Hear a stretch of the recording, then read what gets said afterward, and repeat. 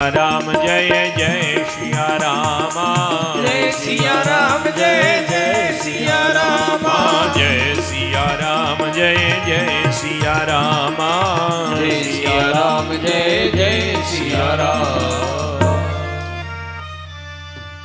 जैसे महाराज प्राणों के बिना इस शरीर की कोई कीमत नहीं है, जल के बिना नदी की कोई कीमत नहीं है, ऐसे ही नारी के जीवन में पति के बिना कोई कीमत नहीं है। नाथ सकल सुख साथ तुम्हारे, सरद विमल बिंदु वदनु निहारे। चाहे गर्मी पड़े चाहे सर्दी पड़े, कुछ भी हो, आपका साथ रहेगा तो सुख ही सुख है। इधर लक्ष्मण जी ने सुना कि मां और राम जी वनवास जा रहे हैं, तो लक्ष्मण जी ने आके वंदन किया, हाँ प्रभु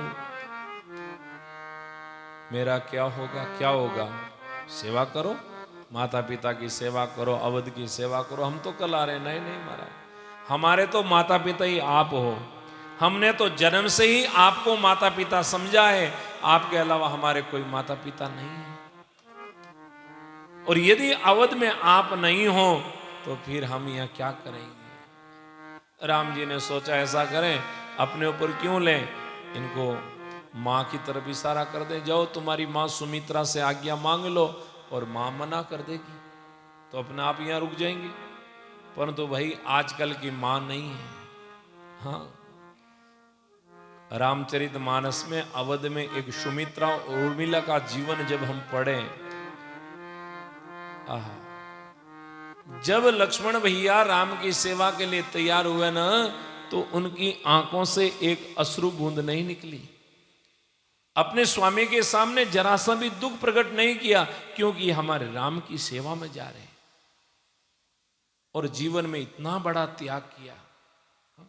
जब लंका में युद्ध होता है लक्ष्मण और मेघनाथ का, जब वहां ये नहीं कहते हैं कि महाराज लक्ष्मण और मेघनाथ लड़ रहे हैं, वहां यही कहते हैं पतिव्रता नारी एक तरफ उर्मिला है और एक पतिव्रता नारी सुलोचना है।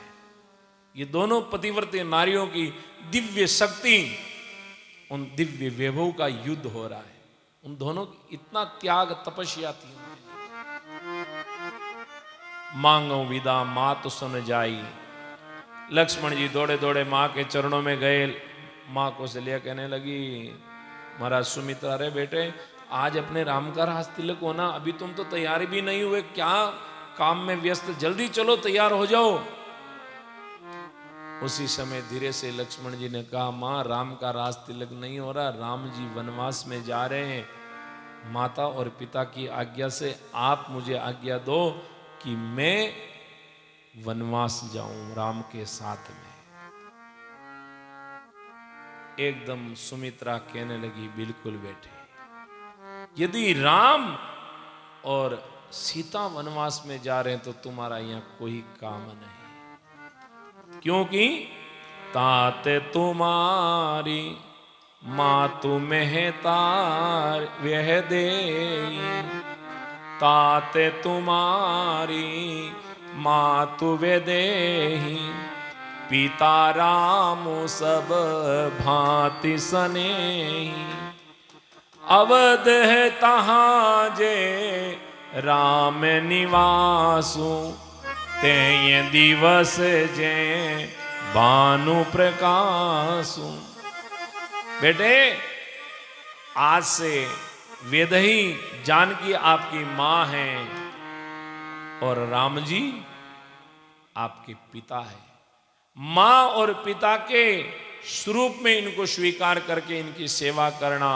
और देखो जहां राम है वहीं अवध है, जहां पर सूर्य है वहीं तो दिन है।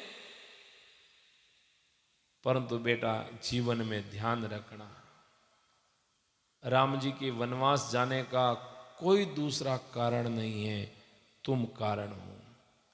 तुमरे भाग राम वन जाई, दूसर हेतु तात कछु नाई। लक्ष्मण जी कह रहे हैं, मां हमें तो पता ही नहीं, और तुमने तो सीधा ही पूरा अपयश का पिटारा हमारे सिर पर रख दिया कि तुम्हारे कारण राम वनवास जा रहे। हाँ हाँ, लक्ष्मण जी से ऐसा उतारे हैं, राम जी पृथ्वी का भार उतारने के लिए आए। ब्रह्मांड में जब भार बढ़ जाता तो किसको लगता? शेष जी को लगता ना। तो अब राम जी ये 14 वर्ष की जो यात्रा कर रहे हैं, ये धरती का भार हल्का करने की यात्रा कर रहे हैं। तो भाग्य तो शेषा अवतार का। हाँ? सकल सुकृत कर बड़ फल एहूं, राम सिए पद सहज सने। बस जीवन में संपूर्ण पुण्यों का सबसे बड़ा फल यह है कि सहज में राम जी के चरणों में अपनी अनुरक्ति हो जाए, प्रेम हो जाए। ये हमारे जीवन का सबसे बड़ा पुण्य है। पर एक बात का और ख्याल रखना, राग रोष ईर्षा मद मोह जन सपन हूं इनके बस हूं। एक तो जीवन में राग मत करना, एक रोष मत करना, एक ईर्षा मत करना, और एक मद और एक मोह। और ये स्वप्न में भी, हाँ जागृत में तो बहुत दूर की बात, स्वप्न में भी। तो लक्ष्मण जी ने कहा ठीक है माँ, आज के बाद हम नींद ही नहीं लेंगे, 14 वर्ष तक नींद का परित्याग कर देंगे, केवल हम राम जानकी की सेवा करेंगे। लक्ष्मण जी माँ के चरणों में प्रणाम करके और आज राम जी के पास में गए। राम लक्ष्मण जानकी तीनों ही महाराज दशरथ जी के पास पहुंचे, पिता को वंदन किया। जैसे ही रवाना हुए और एकदम केकई बोल पड़ी, हे महाराज, इन वेशभूषाओं में मैंने वरदान नहीं मांगा, मैंने कहा विशेष उदासी, वलकल वस्त्र धारण करो। तो कहते राम जी ने और लक्ष्मण जी ने वलकल वस्त्र धारण किए। जैसे ही जानकी जी को वलकल वस्त्र दिए तो वशिष्ठ महाराज ने मना कर दिया कि कहीं आपने वनवास केवल राम को दिया है। ये जानकी तो पतिव्रता नारी अपने स्वामी की सेवा के लिए जा रही है, आप जानकी को वलकल वस्त्र प्रदान मत करो। जानकी सारे शरीर पर आभूषण धारण करके और राम की सेवा में निकले। पूरा अवध आज विरह में उमड़ पड़ा है। सब के सब अवधवासी अपने घर बार परिवार को छोड़कर और कहने लगे भाई अपन भी राम के साथ चलो। यदि अवध में राम नहीं है तो फिर हमारा यहाँ काम क्या है? सारा का सारा अवध आज राम जी के साथ में चल पड़ा है। इधर दशरथ जी की मूर्छा खुली, उन्होंने अपने मंत्री सुमंत को कहा, सुमंत अभी बाल स्वभाव है राम का, ऐसा करो रथ लेके जाओ, 2-4 दिन रथ पर घुमाकर वापस लेके आना। सुमंत जी रथ लेके गए। राम जी को कहा पिताजी की आज्ञा, रथ पर बैठो। पिता की जब आज्ञा सुनी तो रथ पर बैठ गए। आगे प्रभु का रथ, पीछे पूरा अवध। भगवान ने सबको रुकने का कहा परंतु कोई नहीं रुके। ठीक है, राम जी ने कहा चलो। सब के सब अवधवासी रवाना हो गए। बालक वृद्ध विहाय ग्रह, लगे लोग सब साथ, तमसा तीर निवास किए, प्रथम दिवस रघुनाथ। प्रथम दिवस, पहले दिन की रात्रि तमसा नदी के किनारे राम जी ने गुजारी। अब लोगों को इतना विश्वास हो गया है कि राम अयोध्या से लेके आए हैं तो अब हमें वापस नहीं भेजेंगे, हमें साथ में ले चलेंगे। अब सब लोग निश्चिंत हो गए, क्योंकि पहली रात में ये मन में उत्साह थी कल राम का राज तिलक होगा, राज तिलक होगा। तो रात भर तैयारियों में रह गए, सोए नहीं, थके हुए थे, पूरे दिन के थके हुए। तो आज उस तमसा नदी की बेकलू रेत के अंदर सब के सब सोए और भगवान ने अपनी मोहिनी माया को एकदम याद किया और मोहिनी माया से उनकी सारी बुद्धि मोहित हो गई। अब गहरी नींद आने लगी और हमारे रामेश्वर जी की तरह जोर जोर से खराटे लेने लगे। कल हमारे दिनेश जी तो नाक पकड़ देते, बोले इतने जोर से खराटे कर कौन रहे हैं।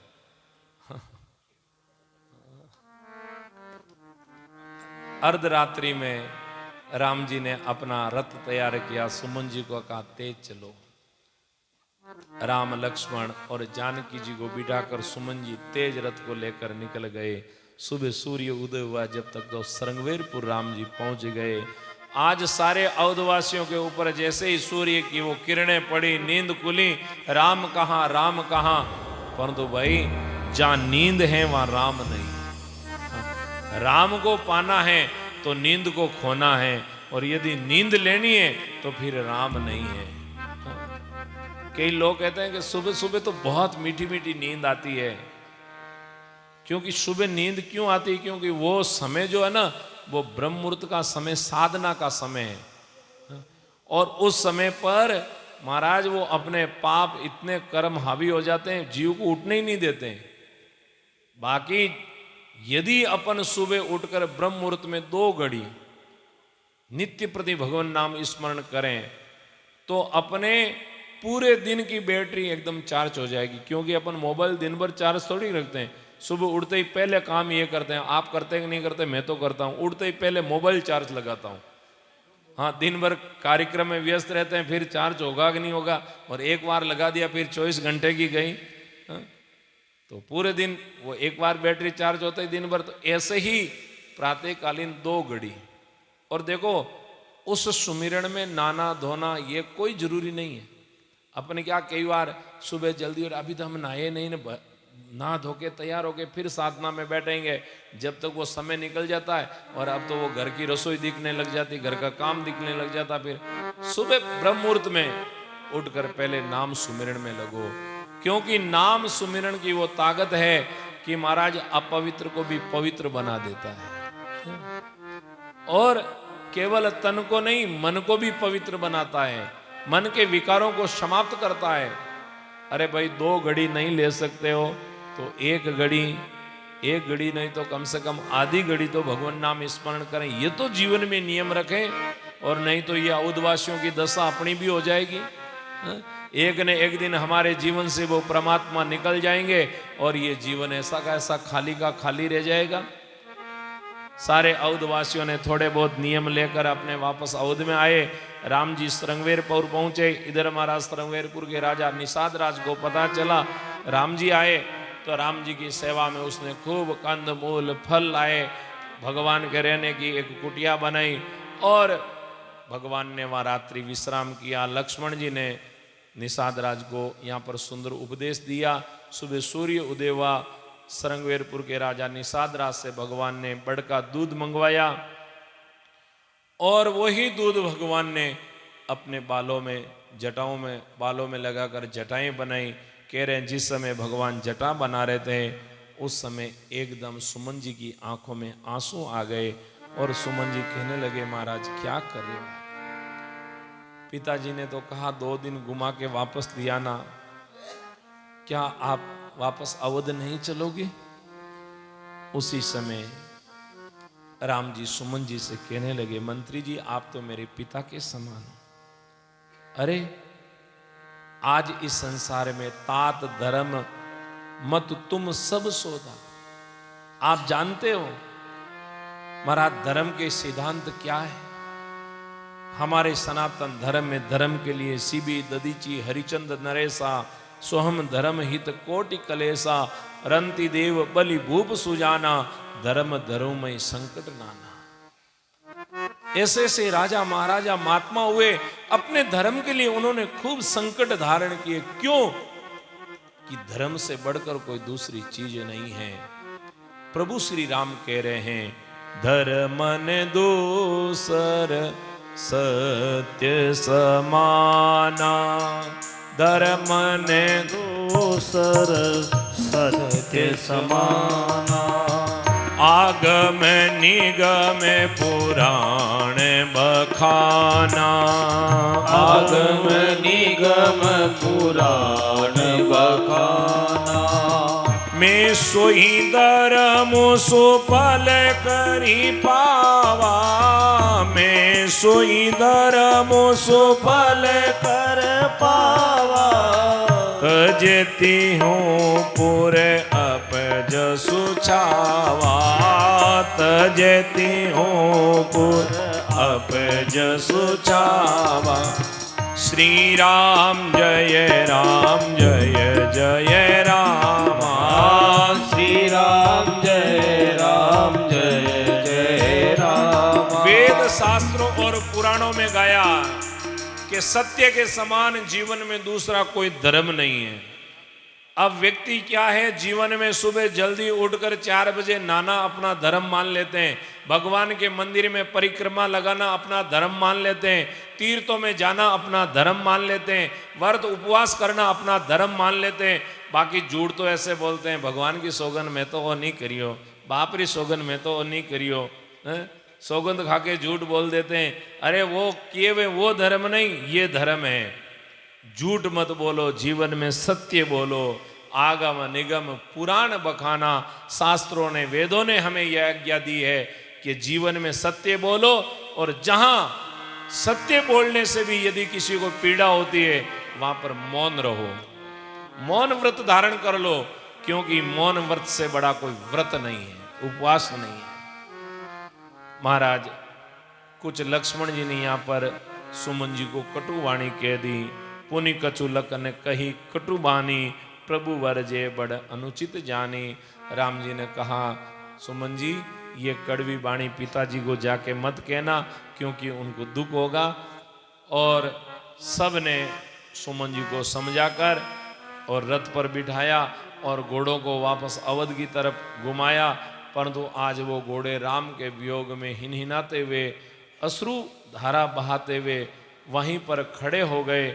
आज अवध की तरफ नहीं जा रहे हैं, परंतु राम जी तो वहाँ से लक्ष्मण और जानकी जी को लेकर, और सीधे बाबा तुलसी ने लिख दिया है, बरे बस राम सुमंत पठाए, बरे बस राम सुमंत पठाए, सुर सरी तीर आप चबे आए, सुर सरी तीर आप तब आए, मांगी नावन केवट आना, मांगी नावन केवट आना, कयई तुम्हारे मरम में जाना, कयई तुम्हारे मरम में जाया। श्री राम जय राम जय जय रामा, श्री राम जय राम जय जय रामा, श्री राम जय राम जय जय रामा, श्री राम जय राम जय जय राम। बरबस राम सुमंत पठाए, और सुर सर तीर आप तब आए।